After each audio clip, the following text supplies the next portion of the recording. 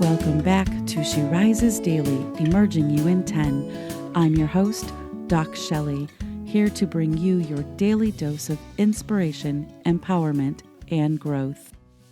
Have you ever started something and then discovered it was so much harder than you expected? A new role, a new skill, a new relationship, starting a business, changing a habit, learning how to lead. Maybe you thought, I should be better at this by now, or why is this so hard for me? And then somewhere along the way, the question changes. It stops being, why is this so difficult? And it becomes, is this hard because I'm not supposed to be doing it? Those are very different questions because we have a tendency to treat difficulty like a warning sign. Sometimes it is, and sometimes hard is just hard. And today I want to talk about why difficulty is information and it isn't automatically a verdict. Difficulty doesn't automatically tell you what something means. When something feels hard, your brain wants an explanation. Maybe I'm not ready. Maybe I'm not good enough. Maybe this isn't right for me. Maybe I made the wrong choice. Here's the thing. Difficulty does not come with a built-in meaning. A conversation can be hard because it's long overdue. A skill might be hard because you're new at it. A boundary can be hard because you've never set one before. Leadership can be hard because people, they're complicated. Growth can be hard because you're practicing behaviors that don't feel automatic yet. And yes, something can also be hard because it is genuinely misaligned, unhealthy, or unsustainable. That's why difficulty deserves curiosity, not an immediate conclusion. So don't ask only, why is this so hard? Also ask, what kind of hard is this? There is more than one kind of hard, and this is where some discernment comes in. There's the learning kind of hard. I don't know how to do this yet. There is growth kind of hard. This requires something from me I have not yet practiced. And then there's the courage kind of hard. I know what I need to do, and doing it scares me. There is capacity hard. I could do this, but I don't currently have enough of me available for it. And then there's wrong for me kind of hard. No matter how I approach this, it continually requires me to violate something important about myself. Those are not the same problems, and they don't need the same solutions. When learning is hard, we may need practice. When growth is hard, we may need patience. When courage feels hard, we may need action. When capacity feels hard, we may need something removed. When the hard is wrong for me, we may require a different direction.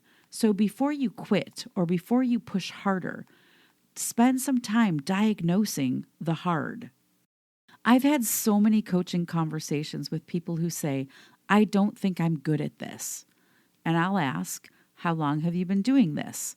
Sometimes the answer is 6 months, 3 months, 6 weeks.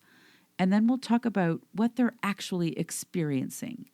Maybe they've stepped into leadership after spending 15 years being rewarded for their individual expertise.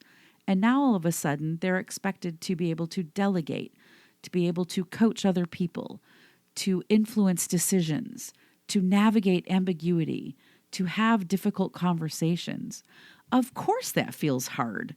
They have spent years developing one set of muscles and are suddenly being asked to use an entirely different set of muscles. The difficulty isn't necessarily evidence that they are incapable. It might be evidence that they are learning. I think sometimes we need to stop using discomfort in the early stages of development as a performance review. You're not supposed to have mastery while you are still building capability. Don't romanticize the hard either. I want to be careful here because we have another cultural message that's equally unhelpful a lot of the time. You've heard it. Anything worth having is hard. No pain, no gain. Just push through. No. Some things are hard because they're unhealthy. Some environments are hard because they are dysfunctional. Some expectations are absolutely unreasonable.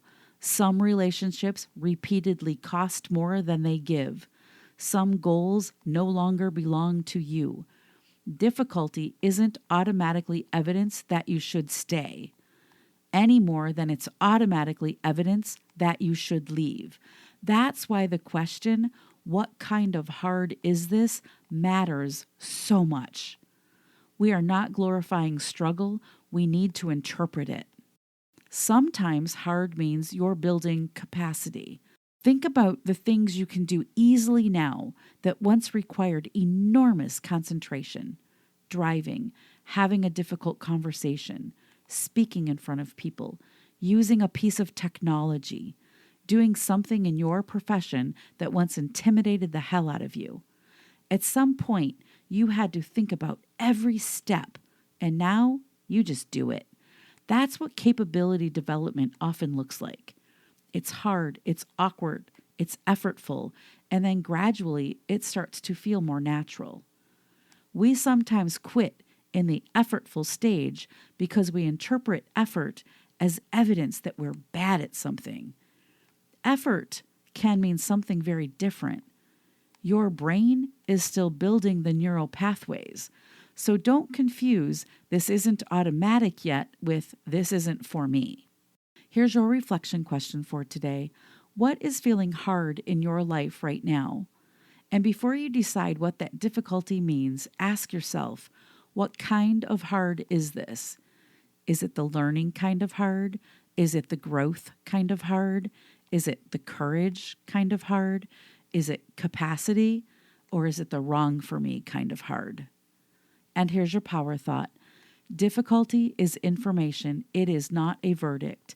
Before you decide what to do, understand what kind of hard you are experiencing. Hard doesn't automatically mean stop. It doesn't automatically mean keep going either. It means pay attention, get curious, understand what the difficulty is telling you. Maybe you need to practice. Maybe you need to get some support. Maybe you need some courage. Maybe you need capacity. Perhaps you need a different approach. And sometimes, yes, you need to walk away. Don't let difficulty make the decision for you. Understand the hard before you decide what it means. This week, notice one thing you've been describing simply as hard, and then get more specific with it. Ask yourself, what kind of hard is this, and what does this particular kind of hard need from me? Not every hard needs more effort. Not every hard needs an exit. Choose the response that fits the problem. Thank you for joining me for another episode of She Rises Daily, Emerging You in 10. If you know someone who's currently interpreting "this is really freaking hard" as "I clearly have no business doing this," send this episode their way. And until next time, remember, hard is not a diagnosis. Effort is not evidence of inadequacy, and discomfort doesn't get to make your decisions for you. Figure out what kind of hard you're facing, and then decide what it deserves.